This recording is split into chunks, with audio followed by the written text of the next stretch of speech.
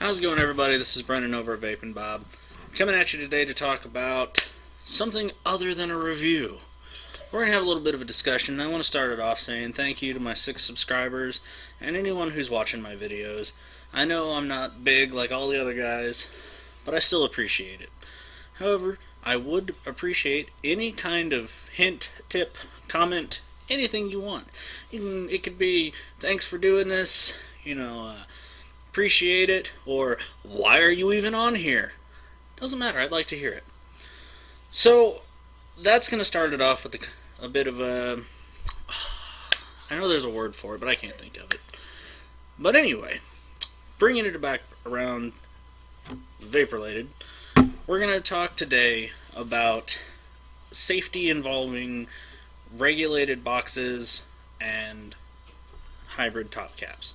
Because there's been a lot of chatter lately about, safety involving these, things that have been going wrong, and a lot of people just don't even think about it because either we're told this already or some of us can plead ignorance, and that's okay too.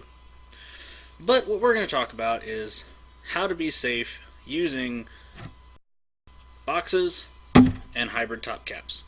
Now, a lot of you may be thinking, hey, wait a second. In that there box, you've got all this circuitry. And so it shouldn't have any problems there, right? Yes. And a big resounding no. Yes, there's short circuit protection. Yes, there's reverse battery protection. Yes, there's low voltage protection. Yes, there's low ohm protection in almost every single regulated device. But some of them are not always as par or perfected as others. I had a Canna that I really enjoyed, just a clone of the Hanna DNA 30. Worked just great. Fired well. I had it for a week. And I was building on this guy, this guy, which is the Orchid, and an Orchid V1 that I was using, and it shorted, and I fried the chip. So I ended up with an $80 paperweight. Of course, I'm going to be a little bit more upset about this one because this was a lot more, but still, it was a learning process. It was a learning curve. It was a learning experience. One that I wasn't too thrilled about, because I really enjoyed that. All my mechanicals had been set off to the wayside, and I was just really enjoying, press the button, and vapors ensue. Whereas with mechanicals, every now and then you've got to go, wait, why isn't this thing firing? I didn't have to do that with my Canna. So, I don't want to sound biased because I do still use my mechs, but this has been in my hand more often. Mostly for battery life and the fact that it always fires. But that's not what any of this is about. That's not what we're here to discuss.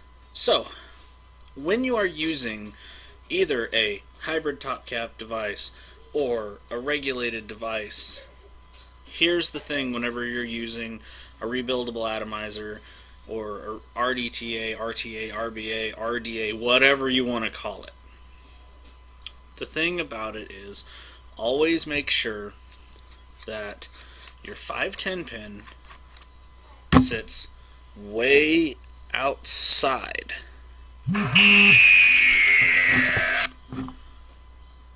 Sorry about that. If any of you didn't know, I'm a Doctor Who fan. Beside the point. So, you want to make sure that your 510 pin is sitting outside. You want it to be extended. That is extremely important. Because if you don't in a regulated, you're just going to fry the chip, which will end you up with having a really expensive paperweight. But if you do that with a hybrid top cap in a mechanical, that's when you have problems. That's when you cause a hard short on the battery.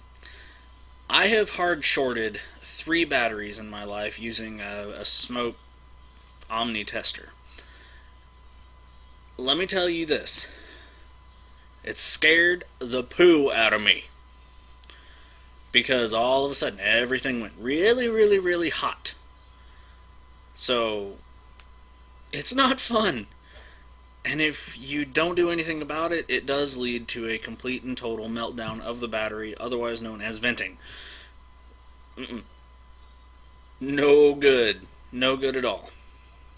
So, for an example, I have Orchid V3, Helios clone, and the iGo MV2, and the Freak Show, also by Watofo. Of these 4 devices, 2 are safe to use in a hybrid top cap or in a regulated device. They are, well, we'll start with the unsafe ones, just so you can get an idea. So we're going to start with the iGo MV2. Now, for those of you who have seen my review of it, you know that I rave and rave and rave about this thing, because it is a pretty darn sweet RDA.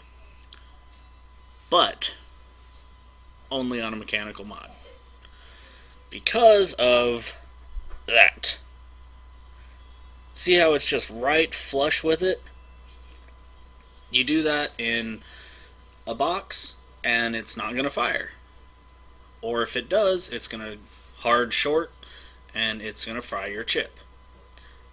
You do it in a hybrid top cap mechanical, you're going to hard short the battery, and it's not going to be pretty, and you're going to regret ever doing it, because then you got to go buy another battery.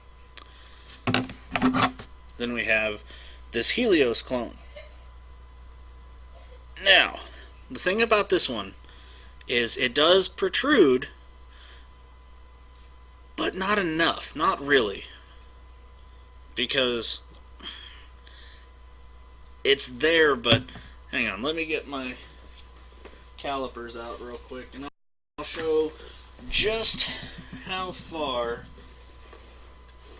it protrudes. It protrudes less than half a millimeter out.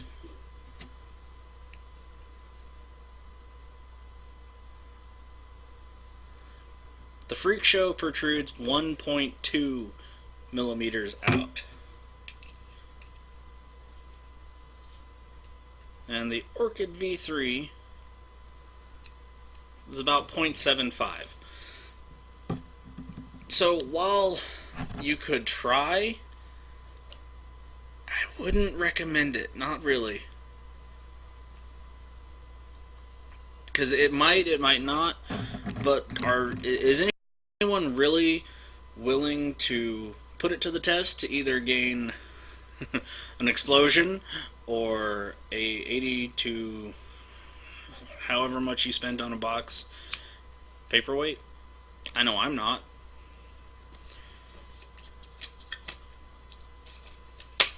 So, suffice it all to say, when you decide to do something like this, make sure that your 510 pin extends out a good ways. Let's see. Or have an adjustable 510 pin. There are plenty of RDAs out there that have adjustable 510 pins. Now, the Freak Show isn't one, and my Orchid kind of is.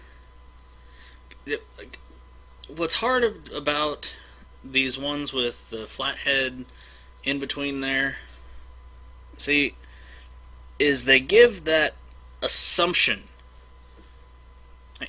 Gives that assumption that it's adjustable when it may not necessarily be. Like in the case of the Orchid, if you take it out too far, the middle posts tend to spin. Now, the Troll, I haven't had any problems with it. I did have to adjust it out a little bit, more to be on the safe side than anything. Because while I could have probably ran it just fine the way it was, I didn't want to run that risk. So, just be careful.